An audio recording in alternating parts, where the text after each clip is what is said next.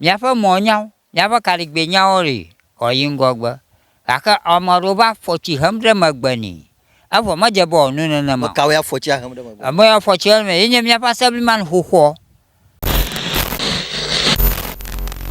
Enye fuɖeɖe na mi ŋutɔ ne mɔnyawo. Nyame kpe de dzesi be miesɔvea mɔ 83 kakana kemetsi na dom. Nenye be mɔ na va kɔ ɖe, kuxe geɖe nu atsi na mi. Ne miakpɔ ŋgɔgbe yiyi, miaƒe mɔnyawo. Emɔnyanya ye koe nye veviana. Menye bli nuka agbali rochi na ye, bli rochi na ye kple nyamɔnya mele gbɔ. Ayi tɔgɔ kan fina ko poga be ga wieve ne ro ga wireke na afina ko nu ne review awe be review ro kata do wa ma ojuna ina ro papo mo kaka na ya fima nu ro ga nyi chiga ba ga trogbe va apo mi akpe fonye me kpɔ be egba kata enya ɖe le asio kokoko ne dzi bi agblɔ na mi nyake le asio ne bi agblɔ na mi ku ɖe lãwo si me mami me ale mi fu kpem tso etsirɔ ɖe ame nyawo ŋu Tari marakuku engkau nye Moses Awumi enye le asi nye nya me dzi be magblɔ ike be dziɖuɖua na akpe ɖe mia ŋu enye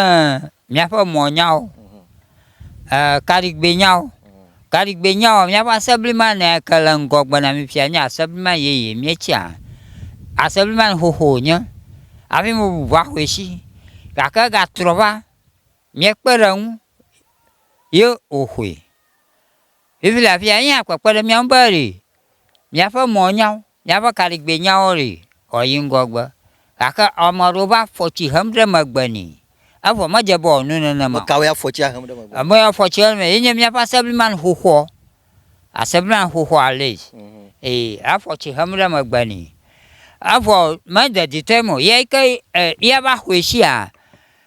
ya me he va afɔtsi ɖe megbe o.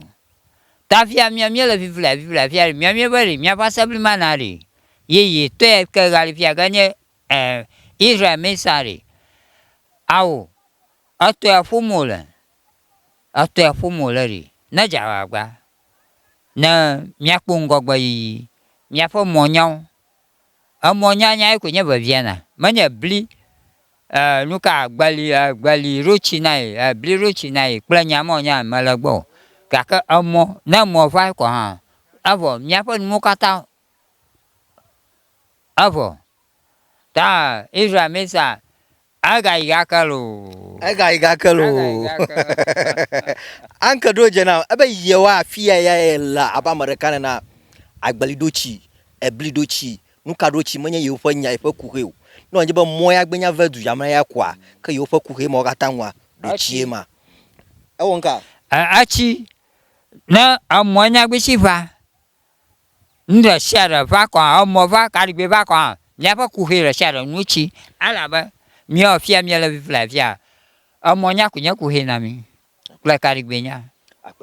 yema ode egblɔ na mi jagba na subscribe to the channel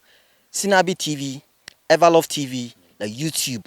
the Facebook, TikTok, Instagram.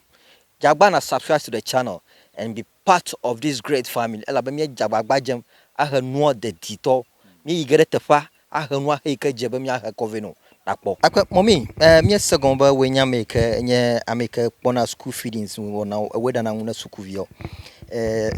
Akona ndu rakwacho na fia, akoina da sukua. Ye mai ke echiaremi emoji katare le kana wana fi kona ndu rakwaina. akpe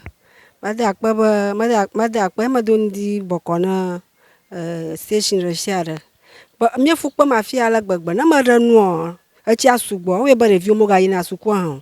kakana ma renwa mi chona to ro mi koto jibu mi kokona ina re suku kpo oji review mi ve manu na suku vio fu kpa li ala gbegbe ba ina va ma le hu kakana renu afia va ro yima fu kpo gun kakana ya enwoke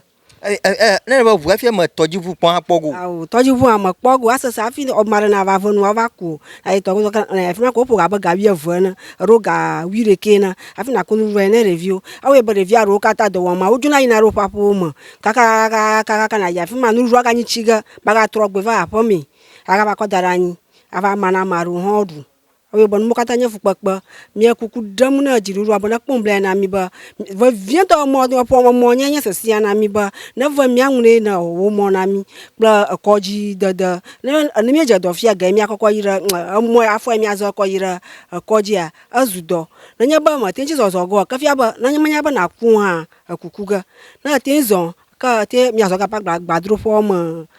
ton na fia ro ha to ko do fi na te ikoji na ikoji kakara de na tenchu na ro abo rajinchi oto kana makaso moto makuna ta mi kukura na jiru ro na kpomble na mi ayo va mi anu wo mo na mi amo ko nyam se siaji mi ala va vien na kpomble na mi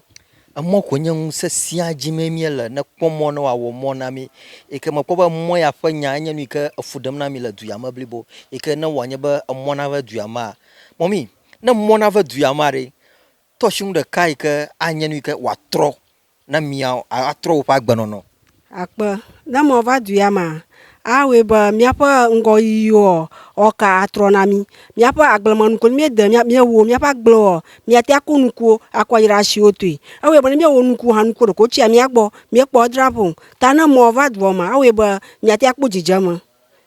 na mo va duo ma mi ati akpo jijama anu ke mo mi to shi na me ke nya majuma akomo no nya ba ebe no nya ba mo va afia na yo pa aglaman ku yo dana tomati tadi ple tomo yo fetre nu mo yo wona la afia ebligbeli mo a